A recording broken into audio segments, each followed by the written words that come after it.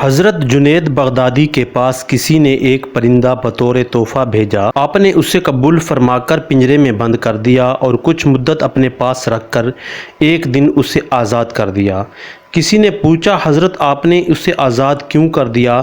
آپ نے فرمایا، مجھ سے اس پرندے نے بڑی منت سے کہا تھا، اے جنید، افسوس ہے کہ تو اپنے دوستوں سے ملاقات کا لطف اٹھائے اور مجھے میرے دوستوں سے ملنے سے دور رکھے اور پنجرے میں بند رکھے۔ مجھے اس پر رحم آیا اور میں نے اسے چھوڑ دیا۔ اڑتے وقت وہ کہنے لگا، پرندہ یا جانور جب تک اللہ کے ذکر میں مصروف رہتا ہے آزاد رہتا ہے، اور جہاں اس پر غفلت طاری ہوتی ہے قید میں مبتلا ہو جاتا ہے۔ اے جنید، میں یاد الہی سے صرف ایک دن غافل رہا تھا، جس کی سزا میں مجھے پنجرے کی سخت سزا بھگتنا پڑی۔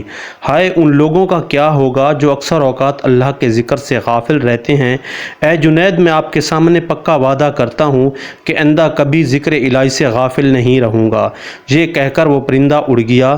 پھر وہ پرندہ حضرت جنید بغدادی کی زیارت کے لیے آتا اور ان کے ہمراہ دسترخوان پر دانے وغیرہ بھی کھایا کرتا۔ جب حضرت جنید بغدادی کی وفات ہوئی تو یہ پرندہ بھی زمین پر گر کر اسی وقت مر گیا۔ اس لیے لوگوں نے جنید بغدادی کے قریب اس پرندے کو دفن کیا۔ بعد وصال کسی نے خواب میں دیکھا تو پوچھا، آپ کا کیا حال ہے؟ انہوں نے جواب دیا، چونکہ اس پرندے پر میں نے رحم کیا تھا، اس لیے اللہ نے مجھ پر بھی رحم کیا ہے۔